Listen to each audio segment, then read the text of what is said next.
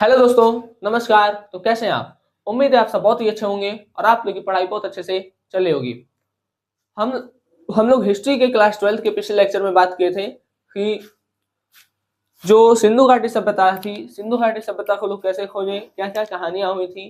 ठीक है, उसमें हम लोग देखा था कि रेल की पटरी जब बिछाई जा रही थी, ठीक है, तो रेल की पटरी बिछाने के दौरान कुछ ईंटें मिले, कुछ साक्ष्य मिले, जिसको अलग अलग लोगों द्वारा मतलब खोजा गया। ठीक है, मतलब अलग लोगों द्वारा नहीं, मतलब लोग इंफॉर्मेशन दिए जाकर के बताया, और अंतिम में जॉन मार्शल एक व्यक्ति थे जिन्होंने क्या किया, दयाराम साहनी और राखालदास बनर्जी को क्या दिया, खुदाई का काम सौंपा। ठीक, तो दयाराम साहनी द्वारा हड़प्पा खोज कर दी गई और राखालदास बनर्जी द्वारा मोहनजोदड़ो की। ठीक, चूंकि पहला शहर हड़प्पा मिला था, इसलिए हम सिंधु घाटी सभ्यता को हड़प्पा सभ्यता के नाम से भी जानते हैं। ठीक, चलिए, तो इस सब बात पर चर्चा पिछले लेक्चर में हो गया था। लास्ट में हम देखे थे कि जो हड़प्पा शहर था, मतलब जो हड़प्पा सभ्यता था, वो बहुत लंबे एरिया में फैला था। ठीक है, मतलब हम देखे थे कि हड़प्पा सभ्यता की आकृति जो थी, हड़प्पा सभ्यता का जो आकार था वो लगभग त्रिभुजाकार था। अब हम इस पे भी बात करेंगे। त्रिभुजाकार था और ये लगभग 13 लाख स्क्वायर किलोमीटर में फैला था। ठीक, तो आइए स्टार्ट करते हैं आपके YouTube channel knowledge with Rishabh पर चैप्टर 1 हिस्ट्री, ईंट मन के तथा अस्थियां, इसको पढ़ना। ईंट मन के तथा अस्थियां। चलिए अब देख लेते हैं कि ये फैला कैसे था, कहां कहां फैला था। याद रखेंगे, एक था हमारा सुतका गेंडोर, सुतका गेंडोर। एक था हमारा मांडा, क्या था, मांडा। एक था हमारा आलमगीरपुर, आलमगीरपुर। और एक था हमारा दैमाबाद, दैमाबाद। याद कैसे रखेंगे, याद रखेंगे सम एडी से। ठीक, ये एक ट्रिक है, हम भी कहीं से सीखे हैं। ठीक है, सर जी से अपने, तो आप भी सीखिए। देखिए, सम एडी, स से सुतका खंडोर, म से मांडा, ए से आलमगीरपुर और डी से दैमाबाद। ठीक, तो हो गया सम एडी। अब है कहां कहां, तो सुतका गंडोर वर्तमान में पाकिस्तान में, मांडा आपका जम्मू कश्मीर में, आलमगीरपुर आपका होगा यूपी में, और दैमाबाद होगा आपका महाराष्ट्र में, महाराष्ट्र। ठीक, तो ये याद रखिएगा। अब ये जो चारों हैं, ठीक है, ये किस नदी के किनारे हैं ये भी देख लेते हैं, मतलब कौन कौन सी नदियां हैं। तो जो सुतका गंडोर है, ठीक है, ये किस नदी किनारे है, डास्क नदी। ठीक है, मांडा चिनाब नदी, चिनाब नदी। आलमगीरपुर हिंडन नदी, हिंडन। और दैमाबाद परवरा नदी। ठीक है, नदियां भी याद रखिएगा, ये एमसीक्यू में आपका या एंट्रेंस एग्जाम में पूछ लिया जाता है। ठीक है, इसको कैसे याद रखेंगे, इसको याद रखेंगे डच है पर, डच, ड च है पर। ठीक है, भारत में नहीं, भारत में नहीं, भारत में नहीं वाला आपको याद नहीं रखना है। स से सुतका गंडोर, दास्क नदी, मांडा, चिनाब नदी, आलमगीरपुर, हिंडन नदी, दामाबाद, परवना परवरा नदी। ठीक है, तो ये याद रखिएगा। चलिए, अब इसका जब हम देखते हैं स्ट्रक्चर, ठीक है, तो हमें कुछ ऐसा दिखता है ये। ठीक है, समोसा बन गया, तो थोड़ा सा ऐसे सीधा कर दीजिएगा इसको। ठीक है, तो ये आपका आ जाएगा ऊपर मांडा, यहाँ आ जाएगा आपका सुतका गेंडोर, सुतका गेंडोर। यहाँ आपका आ जाएगा आलमगीरपुर, आलमगीरपुर। और यह आ जाएगा आपका आपका दैमाबाद, दैमाबाद। साइड वाइज पूछेगा तो देखिए क्या होता है, ये होता है ईस्ट, इधर होता है वेस्ट, ऊपर होता है नॉर्थ, इधर होता है साउथ। तो ईस्ट में आलमगीरपुर, वेस्ट में सुतका गेंडोर, उत्तर में मांडा, दक्षिण में दैमाबाद। ठीक है, तो ये उम्मीद है आपको चीजें समझ में आ गई होंगी। अब हम देखेंगे कि जो हड़प्पा सभ्यता के प्रमुख केंद्र हैं, ठीक है, उन प्रमुख केंद्रों को देखेंगे, उसका खोज कौन, उनका खोज कौन किया था। ठीक है, इन सब के बारे में अब हम चर्चा करेंगे। तो प्रमुख प्रमुख केंद्र देखेंगे, अब सारे को नहीं देखेंगे क्योंकि हड़प्पा सभ्यता में लगभग आपको 350 से ज्यादा शहर मिले हैं। ठीक है। तो अब 350 शहरों को पढ़ना तो संभव नहीं है कि 6 बार में, ठीक है। आपको मेन पढ़ना है, ठीक है, कि आइडिया लग जाए कि क्या हुआ है, कैसे हुआ है। तो देखिए, हड़प्पा सभ्यता के प्रमुख केंद्र हम नाम बताते हैं, फिर उसके बाद बढ़ेंगे आगे। हड़प्पा सभ्यता के प्रमुख केंद्र, ठीक।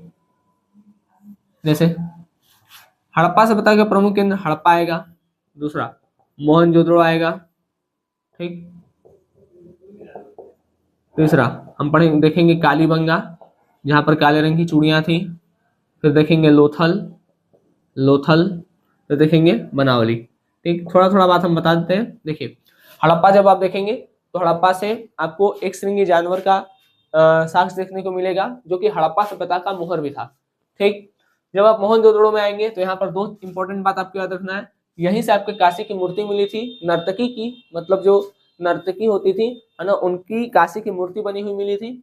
और यहीं से पशुपति शिव या आद्य शिवा, जिसको आज हम शिव भगवान के नाम से जानते हैं जिन्हें, ठीक है, वो मिले थे, ठीक है। यहीं से अन्नागार मिला था, जो सिंधु सभ्यता का सबसे बड़ा अन्नागार था, और दूसरा सबसे बड़ा स्नानागार भी यहीं से मिला था, मोहनजोदड़ो से, ठीक।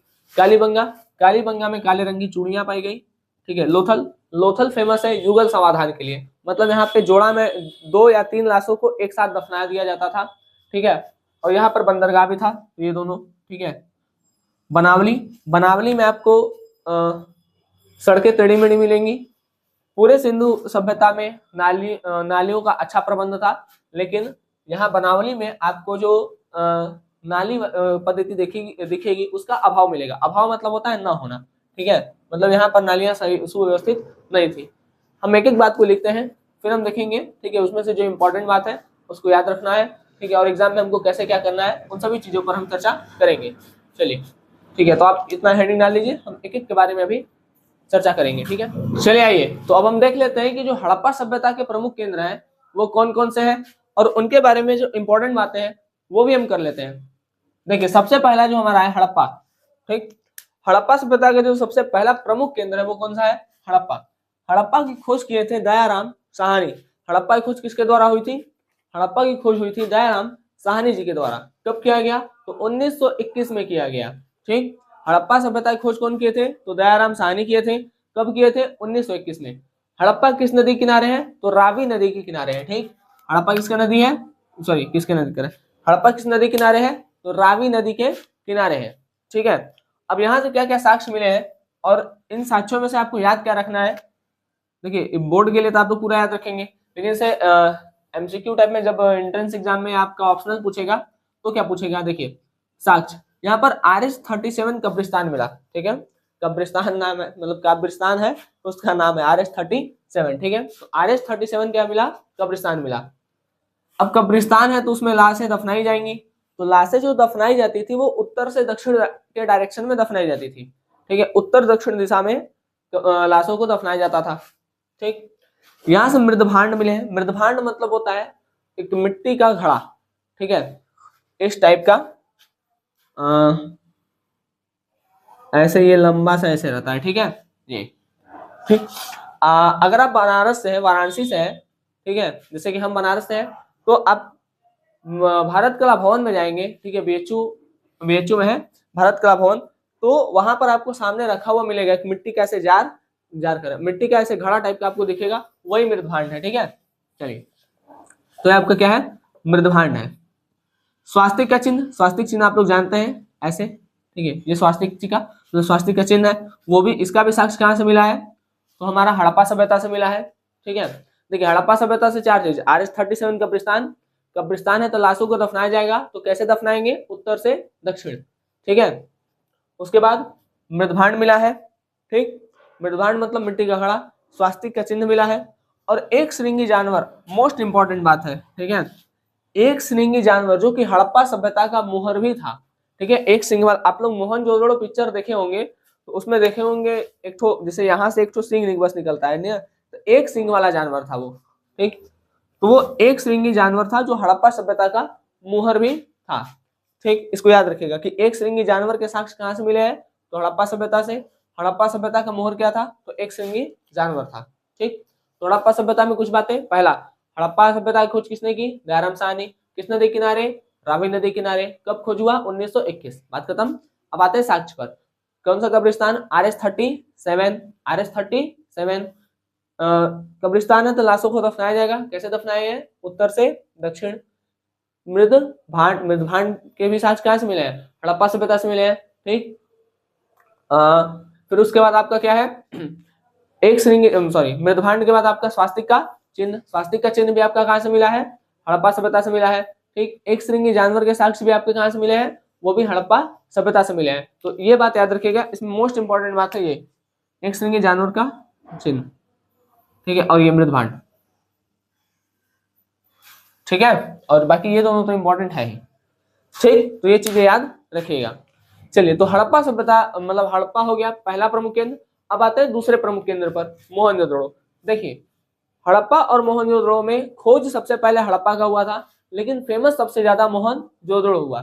ठीक है, फेमस सबसे ज्यादा कौन है? तो फेमस है मोहनजोदड़ो, लेकिन खोज के पहले किसका हुआ था? हड़प्पा का। मोहनजोदड़ो को हम मृतकों का टीला कहते हैं। मृतकों का टीला क्यों कहते हैं भैया? देखिए, मोहनजोदड़ो से जो भी लाशें मिली वो व्यवस्थित नहीं थी।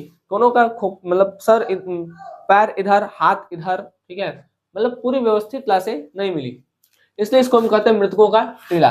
खोज कौन किया था? तो खोज किए थे राखलदास बनर्जी।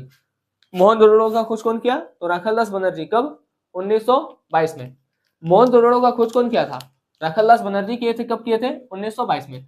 मोहनजोदड़ो किस नदी किनारे है? तो वे सिंधु नदी किनारे है। ठीक है, मोहनजोदड़ो किस नदी किनारे है? सिंधु नदी किनारे।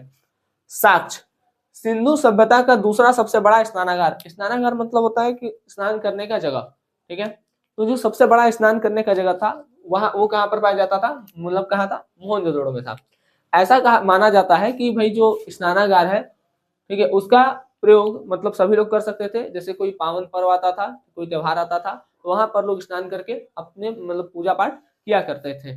ठीक है, तो ऐसा वहां पर माना जाता है। चलिए, दूसरा है, पूरे सिंधु सभ्यता का सबसे बड़ा अन्नागार भी कहाँ से मिला है? मोहनजोदड़ो से मिला है। अन्नागार मतलब अनाज को स्टोर करके जहां रखा जाता था उसको कहा जाता था अन्नागार। ठीक है, तो पूरे सिंधु सभ्यता का सबसे बड़ा अन्नागार कहाँ से मिला है? वो भी मिला है हमारा मोहनजोदड़ो से। फिर है पशुपति शिव जी की मूर्ति। पशुपति शिव, या जिन्हें हम आज शिव जी भगवान जी के नाम से जानते हैं, वो भी कहाँ से मिले हैं? वो मोहनजोदड़ो से। ठीक है, मतलब उनकी मूर्ति का जो साक्ष्य मिला है वो मोहनजोदड़ो से मिला है। नर्तकी की कांसे की बनी मूर्ति, इंपॉर्टेंट बात है। ठीक है, नर्तकी की कांसे की बनी मूर्ति भी कहाँ से मिली है? मोहनजोदड़ो से मिली है। सभागार, सभागार मतलब जहां पर लोग बैठ करके मीटिंग किया करते थे। ठीक है, डिसीजन लिया करते थे कि क्या होना चाहिए क्या नहीं। तो जो हम जहां पर लोगों की सभाएं लगती थी, ठीक है, वाद विवाद होता था, विचार होते थे चीजों पर, वो भी कहाँ से मिला है? मोहनजोदड़ो से मिला है। पुरोहित आवास, जो हमारे पूर्वज थे उनके लिए एक आवास बनाया गया था। ठीक है, उनके लिए क्या किया गया था? एक आवास मतलब रहने का जगह। ठीक है, तो पुरोहित आवास भी आपको कहां पर देखने को मिलेगा? मोहनजोदड़ो में। और स्टार्टिंग में जैसा कि हम बताएं कि मोहनजोदड़ो में जो लाशें मिली वो लाशें व्यवस्थित नहीं थी। ठीक है, इसलिए इसको हम क्या कहते हैं? इसलिए इसको हम मृतकों का टीला कह देते हैं। ठीक है, तो ये हुआ दो बात, एक हड़प्पा एक मोहनजोदड़ो। हड़प्पा वाला बात समझ में आ गया। मोहनजोदड़ो में आपको क्या क्या याद रखना है? मोहनजोदड़ो में आप याद रखेंगे कि इसको मृतकों का टीला कहते हैं। डायरेक्ट क्वेश्चन पूछता है कि मृतकों का टीला किसे कहते हैं? तो मोहनजोदड़ो को कौन खोज किया? राखालदास बनर्जी। कब किए? 1922। किस नदी किनारे है? सिंधु नदी किनारे। ठीक, साक्ष्य पे आते हैं। पूरे सिंधु सभ्यता का दूसरा सबसे बड़ा स्नानागार कहाँ था? मोहनजोदड़ो में। सबसे बड़ा अन्नागार मोहनजोदड़ो में। पशुपति शिव की मूर्ति मोहनजोदड़ो से। नर्तकी की कांसे की बनी मूर्ति मोहनजोदड़ो से। सभागार मोहनजोदड़ो से। ठीक है, पुरोहित आवास मोहनजोदड़ो से। तो ये सारी चीजें मोहनजोदड़ो से मिली है। इसमें जो आपका इंपॉर्टेंट लाइन है वो आपका ये इंपॉर्टेंट है ही, साथ में आ गया पशुपति शिव जी की मूर्ति, नर्तकी की कैसे बनी मूर्ति, और ये मृतकों का टीला, ये याद रखिएगा। चलिए, तीसरे केंद्र की ओर आते हैं, जो है चंद हुदड़ो। ठीक है, इन दोनों को देखिए, तब तक थोड़ा पानी पी ले।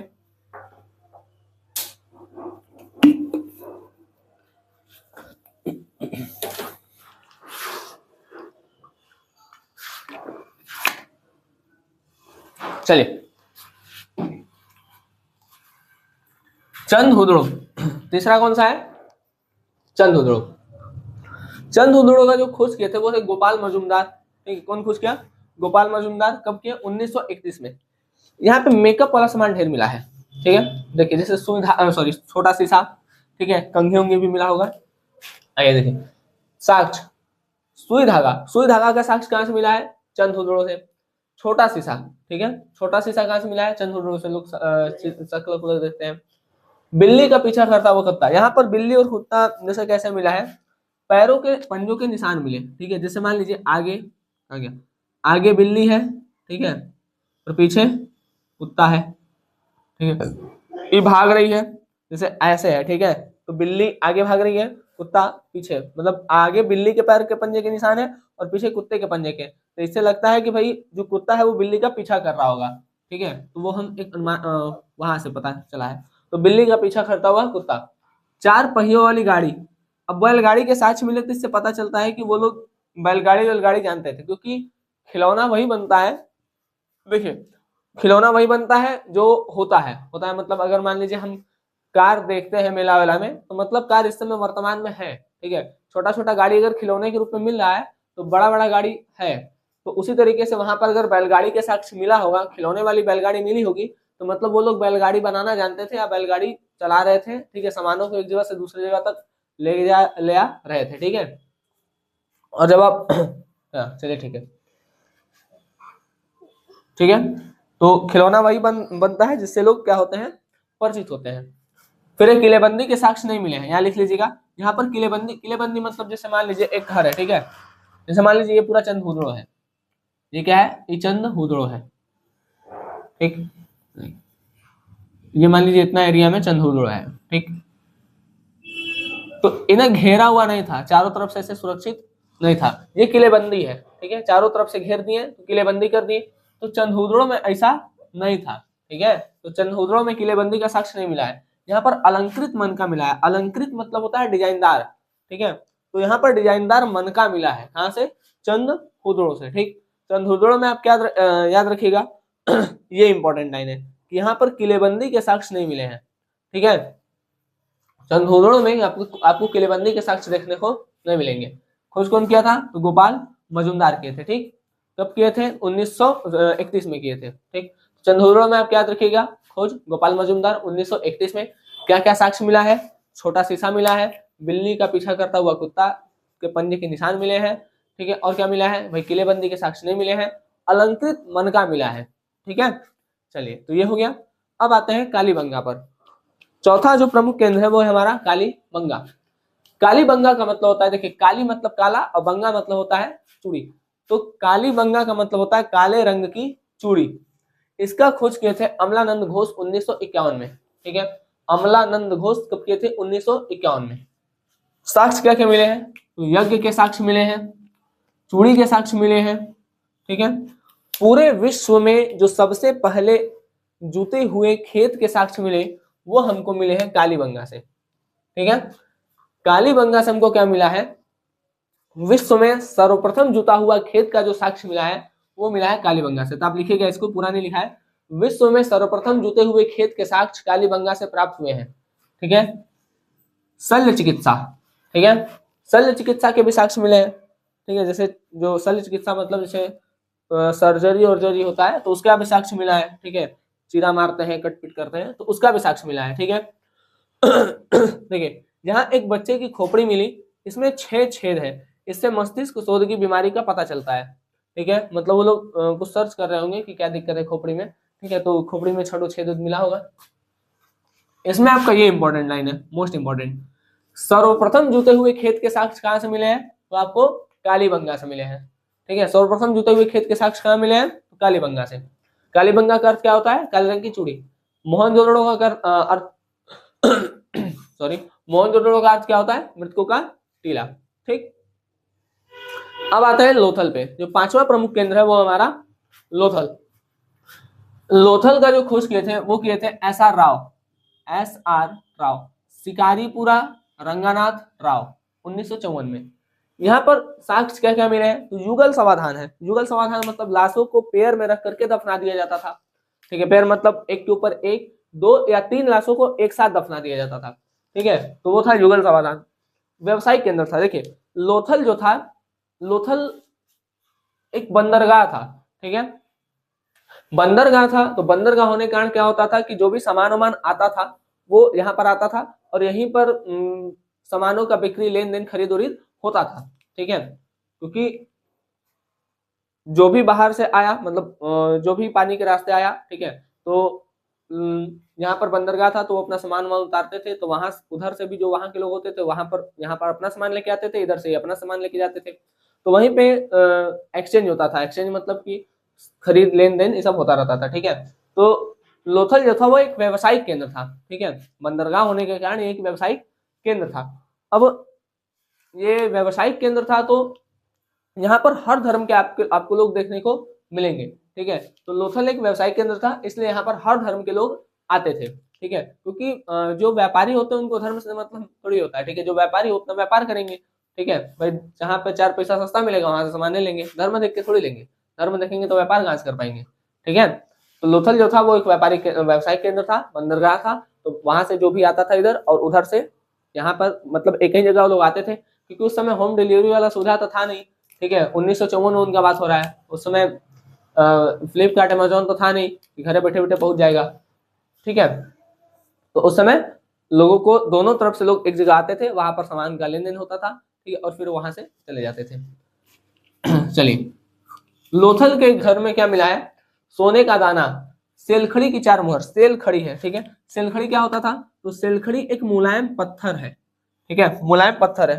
ठीक है, इसका यूज सिंधु सभ्यता में लोग मोहर और बनाने के लिए करते थे। ठीक है, सॉरी। ठीक है, सेलखड़ी की 4 मुहर, सीपी और तांबे की चूड़ी और पूरी तरह से रंगा हुआ एक मिट्टी का जार मिला है। ठीक है, तो ये सारी चीजें कहां से मिली है? लोथल से। लोथल में आप लोग याद रखिएगा, ये इंपॉर्टेंट बात है, युगल समाधान।